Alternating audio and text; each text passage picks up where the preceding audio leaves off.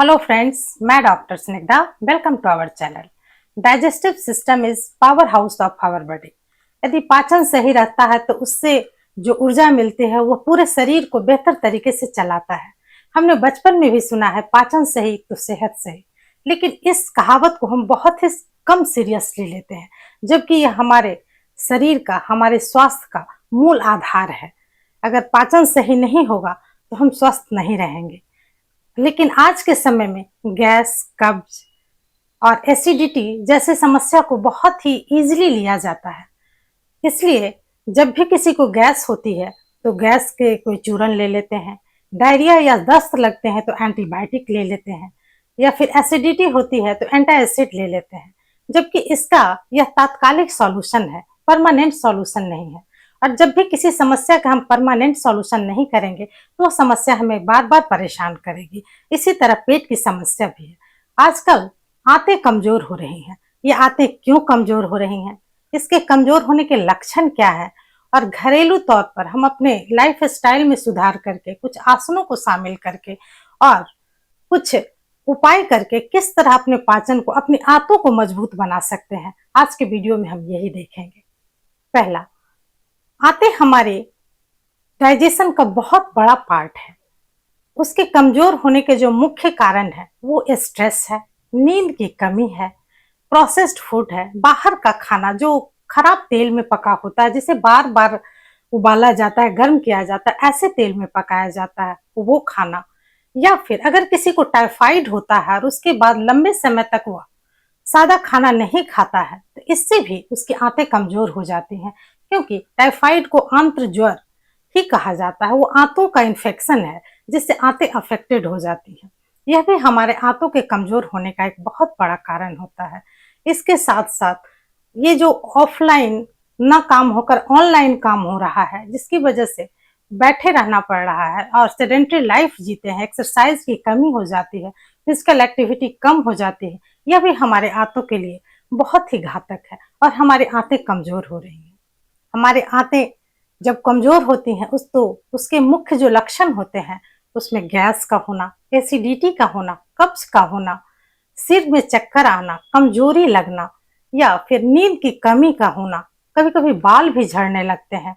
और जब आंतें कमजोर होती हैं तो बहुत सारी बीमारियां आ जाती हैं, क्योंकि आंतें कमजोर होंगी तो जो भी हम खाएंगे वो सही से हमारे शरीर में नहीं लगेगा, क्योंकि आंतें उसे सही से अवशोषित करके हमारे ब्लड में नहीं दे पाएंगे, जिसकी वजह से हमारे शरीर में बहुत सारी बीमारियां होंगी। हमारा मेटाबॉलिज्म भी अफेक्ट होगा, जिससे हमें मोटापे भी हो सकता है। इसके बाद हमें बीपी और शुगर हो जाएगा। यानी पाचन अगर गड़बड़ होगा, हमारी आंतें सही नहीं होंगी तो हम बीमारियों के दुष्चक्र में फंसते चले जाते हैं। इसलिए हमें अपने आंतों पर बहुत ही ध्यान देना चाहिए। लेकिन आंतों को ध्यान देने के लिए हम क्या करें, यह सोचना बहुत जरूरी है, क्योंकि आंतों को ठीक करने के लिए हमेशा दवाएं नहीं ली जा सकती, और दवाएं तो कोई परमानेंट सॉल्यूशन है नहीं। जब तक हम परमानेंट सॉल्यूशन चाहेंगे तो हमें अपने लाइफ स्टाइल में सुधार करना पड़ेगा, और लाइफ स्टाइल में सुधार करने के लिए हमें अपने पूरे लाइफ को, पूरे दिनचर्या को सुधारना पड़ेगा, और कुछ घरेलू चीजें, कुछ खान पान में बदलाव करने पड़ेंगे। तो चलिए देखते हैं क्या क्या खान पान में हम बदलाव कर सकते हैं और अपने लाइफ स्टाइल, अपनी दिनचर्या को कैसे सुधार सकते हैं। सुबह जब हम सोकर उठें तो हमें पानी का सेवन करना चाहिए, और यह पानी बहुत गर्म या बहुत ठंडा नहीं होना चाहिए। अगर हम बहुत गर्म पानी लेंगे तो हमारे आंतों को नुकसान पहुंचा सकता है। इसलिए पानी नॉर्मल टेम्परेचर या हल्का गुनगुना रखें तो ज्यादा बेहतर होगा। और पानी के साथ एलोवेरा जूस का जरूर सेवन करें। अगर घर में आपके पास एलोवेरा है तो उसका डायरेक्ट भी सेवन किया जा सकता है। उसके पत्तों से उसका गूदा निकालकर उसका सेवन किया जा सकता है। और सेवन करने में आप यह सावधानी रखें घर के एलोवेरा में कि एलोवेरा को काट के रात में उसको सीधा खड़ा कर दें, और सुबह उसके नीचे जो पीला पदार्थ जम जाता है उसे हटा दें, और तब उसके गूदे का सेवन करें। और दूसरा, आप एक पानी का इस्तेमाल कर सकते हैं। इसके लिए आधा चम्मच सौंफ, आधा चम्मच धनिया, आधा चम्मच जीरा, आधा चम्मच अजवाइन और आधा चम्मच मेथी को रात में एक गिलास पानी में भिगो दें, और सुबह इस पानी का जरूर सेवन करें। और ये जो बच जाता है इसमें फिर आप पानी मिला दें और फिर उसे अगले दिन सेवन कर सकते हैं। और उसके बाद इसको फेंक दें और फिर नया धनिया, जीरा, अजवाइन, मेथी सौंफ ये सब फिर से पानी में डाल दें और इसका सेवन करें। इसे उबालने की कोई ज़रूरत नहीं है, ये ऐसे ही ठीक है, क्योंकि उबलने के बाद बहुत सारे इसके गुण नष्ट भी हो सकते हैं। इसके साथ खाने से पहले आप एक अनार का ज़रूर सेवन करें। हम सबने बचपन में सुना था, एक अनार 100 बीमार। ये कहावत यूं ही नहीं बनी है, ये हमारे डाइजेस्टिव सिस्टम के लिए बहुत ही अच्छा है, एक वरदान है। अगर आपकी आंतें कमज़ोर हैं, आपका डाइजेशन ठीक नहीं है, तो आप अनार का ज़रूर सेवन करें। और एक अनार आपको बहुत सारे डाइजेस्टिव सिस्टम को में जो प्रॉब्लम है उसे दूर करेगा। और सप्ताह में एक बार आप त्रिफला का भी सेवन कर सकते हैं। अगर आपको सूट करता है तो इसका जरूर सेवन करें।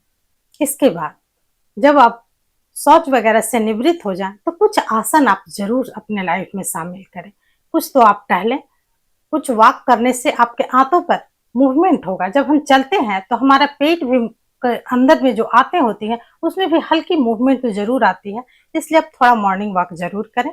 इसके बाद आप कुछ आसन को अपने लाइफ में शामिल करें और प्राणायाम को शामिल करें। आसनों में पवन मुक्तासन, मंडूक आसन आपके डाइजेशन के लिए बहुत ही अच्छा है, आपके आंतों के लिए अच्छा है। और यदि पॉसिबल हो तो आप सर्वांगासन और हलासन भी कर सकते हैं। इसके साथ आप प्राणायाम में कपालभाति जरूर करें। अगर आपको पतले दस्त लगते हैं तो आप कपालभाति धीरे धीरे करें। 60 सेकंड में आप 40 बार स्ट्रोक लगा सकते हैं। लेकिन अगर पतले दस्त नहीं होते हैं, कॉन्स्टिपेशन है, तो 60 सेकंड में आप 55 स्ट्रोक लगा सकते हैं, 60 भी लगा सकते हैं, लेकिन थोड़ा धीरे धीरे करेंगे तो ज़्यादा बेटर होगा। उसके बाद आप जब आसन से निवृत्त हो जाएं तो खाने में आप मौसम के अनुसार अमरूद और सेब का जरूर इस्तेमाल करें।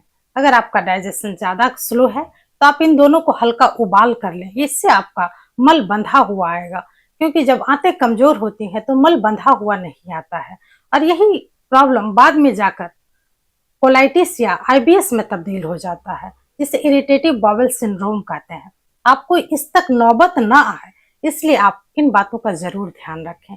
इसके साथ साथ हमारे आंतों के स्वास्थ्य पर आंतों में मौजूद गट बैक्टीरिया का बहुत बड़ा रोल होता है। हमारे आंतों में तकरीबन 2 केजी गट बैक्टीरिया होते हैं, जिनमें कुछ गुड गट बैक्टीरिया होते हैं, कुछ बैड गट बैक्टीरिया होते हैं। गुड गट बैक्टीरिया हमारे पाचन में सहायक होते हैं, जबकि बैड गट बैक्टीरिया हमारे पाचन को खराब करते हैं।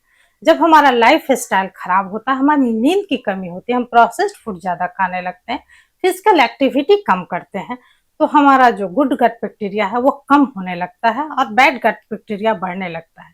इसके तालमेल को बिठाए रखने के लिए, ताकि हमारा गुड गट बैक्टीरिया अच्छे पॉपुलेशन में रहे, अच्छी मात्रा में रहे, इसके लिए हमें प्रीबायोटिक और प्रोबायोटिक का जरूर इस्तेमाल करना चाहिए। प्रोबायोटिक में हमें दही और कांजी का इस्तेमाल करना चाहिए, जबकि प्रीबायोटिक में हमें कच्चे लहसुन, प्याज और केले का जरूर इस्तेमाल करना चाहिए। अगर हम इस बात का ख्याल रखेंगे तो हमारा गट बैक्टीरिया बेहतर रहेगा और हमारा पाचन सही रहेगा, हमारी आंतें बेहतर रहेंगी।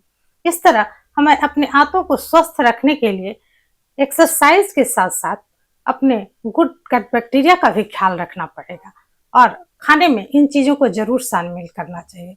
इसके साथ साथ हमें अपने खाने में ज़्यादा तला भुना नहीं खाना चाहिए और खाने के बीच अंतराल रखना चाहिए। कभी कभी होता है कि हमने तुरंत नाश्ता किया और कोई आते हैं तो उनके साथ हम चाय और बिस्किट ले लेते हैं, ये गलत है।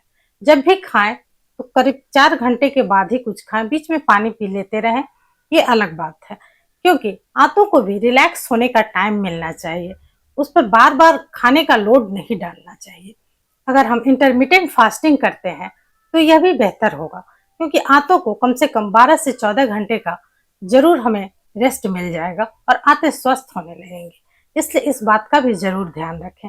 अगर हमारी आंतें स्वस्थ होंगी तो हमारे खाने में कैल्शियम, पोटेशियम, प्रोटीन सही से अवशोषित होगा और जितने भी विटामिन मिनरल हैं हमारे शरीर में अवशोषित होकर हमारे शरीर को मजबूत करेंगे और बीमारियों से दूर करेंगे। अगर आंतें सही नहीं होंगी तो हमारे शरीर में calcium, vitamin, potassium, protein, mineral ये सब एब्जॉर्ब नहीं होंगे और हमें बाद में चलकर हड्डियों की बीमारियां होंगी, स्किन की बीमारियां होंगी और हमारे बाल भी झड़ने लगेंगे। और जिस पर हम बाहरी तौर पर करते रहते हैं, लोशन लगाते हैं, दवाइयाँ खाते हैं, जबकि प्रॉब्लम तो हमारे पेट से शुरू होता है। अब पेट को अगर हम सही कर लेंगे तो इन परेशानियों से भी बच जाएंगे। इस तरह यदि हम आंतों को स्वस्थ रखने की कोशिश करेंगे, आंतें स्वस्थ रखेंगे, तो भोजन के द्वारा जो भी विटामिन, मिनरल, प्रोटीन और कैल्शियम, फास्फोरस ये सब जो मिलता है वो हमें मिलता रहेगा, और जो इसकी कमी से होने वाली बीमारियां हैं उससे हम बच जाएंगे। जैसे हड्डियां, स्किन और बाल हमारे जो कमजोर होने लगते हैं, और उसके लिए हमें ऊपर से दवाएं लेनी पड़ती हैं, ऊपर से लोशन लगाना पड़ता है, बहुत तरह के तेल लगाने पड़ते हैं, उससे हम बच जाएंगे, क्योंकि प्रॉब्लम हमारे पेट में है। इसलिए हम अपने लाइफ स्टाइल को सुधार कर, कुछ आसन को कर कर अपने आंतों को सुधार सकते हैं। तो देखते हैं हम क्या क्या कर सकते हैं। पहला, हम अपने आंतों को सुधारने के लिए अपने लाइफ स्टाइल में जो चेंज करेंगे वो है सुबह उठकर हमें नॉर्मल पानी पीना चाहिए। उसके बाद मैंने जो 5 चीज़ों का काढ़ा बताया, काढ़ा नहीं पानी उसमें डालकर पीने को बताया है, उसे पिएं। उसके बाद एक अनार खाएं, खाने को चबा चबा कर खाएं। उसके बाद सादा भोजन लें, कुछ आसन करें जिनमें मैंने मंडूकासन, पवन मुक्तासन, हलासन और सर्वांगासन और प्राणायाम में कपाल भाती बताया है, इसे करें। इसके साथ साथ अपने गट बैक्टीरिया को बेहतर करने के लिए प्रीबायोटिक और प्रोबायोटिक में दही है, कांजी है, लहसुन है, प्याज है, बनाना है, इसका इस्तेमाल करें। और अपने लाइफ स्टाइल में एक चीज और सुधारें, रात की 7-8 घंटे की जरूर अच्छी नींद लें, और अपनी फिजिकल एक्टिविटी को बढ़ाएं। अगर आप बैठे रहेंगे तो हमारी आंतों में हरकत नहीं होगी और आंतें स्वस्थ नहीं होंगी। इसलिए जो काम हम चलकर कर सकते हैं उसे जरूर चलकर करें, हमेशा बैठे ना रहें। इन सब बातों का ध्यान रखें और अपने आंतों को स्वस्थ रखें, और खुश रहें, स्वस्थ रहें, मस्त रहें। धन्यवाद।